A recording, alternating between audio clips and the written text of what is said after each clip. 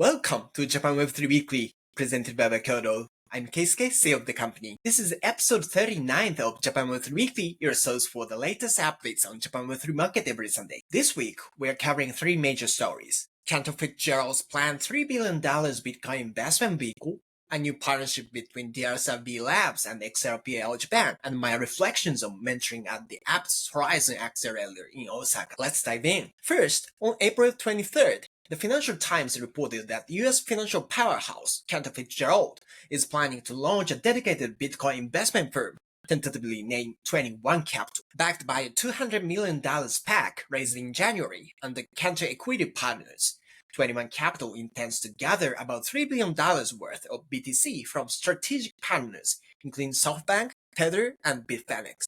The vehicle would issue convertible bonds and a private equity placement to acquire large BTC positions with shares valued at $10 apiece, implying a per Bitcoin valuation of $85,000. From Wakyodo's standpoint, however, the notion of SoftBank spearheading a major crypto allocation merits skepticism. Among Japan's three leading telcos, NTT Docomo, KDDI, and SoftBank, only Docomo and KDDI have publicly embraced Web3, each launching their own crypto-enabled wallet services and signaling active investment in blockchain ventures. In contrast, SoftBank Group under Masayoshi Son has prioritized AI and semiconductor bets, with little visible foray into crypto assets. If Son judges crypto less strategic than AI or chip technology, it seems unlikely he would commit nearly $1 billion in Bitcoin to 21 Capital. Should this deal truly materialize, it would indeed be a seismic endorsement of institutional crypto adoption. But for now, it remains an unverified report. Wakyodo will continue to monitor developments closely,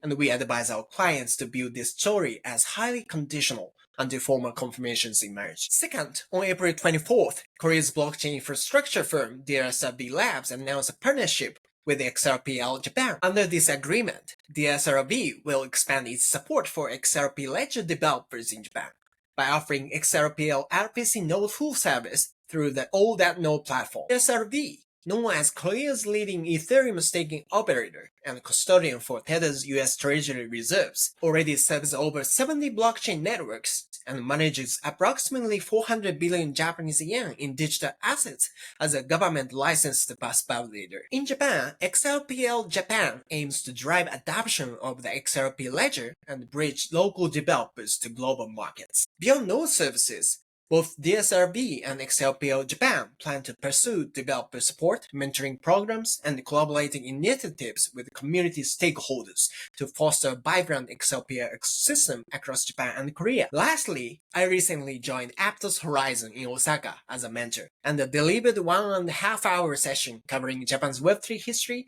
current regulatory landscape, and standout domestic use cases. Aptos Horizon, hosted by Aptos, Hashboard, and Osaka Innovation Hub, and run by Angel Huck, is a fully financed accelerator on the Aptos blockchain. About 10 teams from across East Asia, India, and the US attended, receiving lectures on diverse topics and participating in group workshops, with all travel and accommodation costs covered. During my talk, we explored how Japan's market has evolved, the key regulations today, and where business opportunities lie. The Q&A ran over 30 minutes, underscoring intense interest in building local communities, navigating regulatory requirements, and learning from successful Japanese projects. It was clear that global entrepreneurs view Japan as a high-potential market. Yet, a recurring challenge emerged, collaborating with Japanese large enterprises. Although major corporations are launching Web3 pilots, decision-making often takes so long, far slower than the rapid POCs overseas startups expect.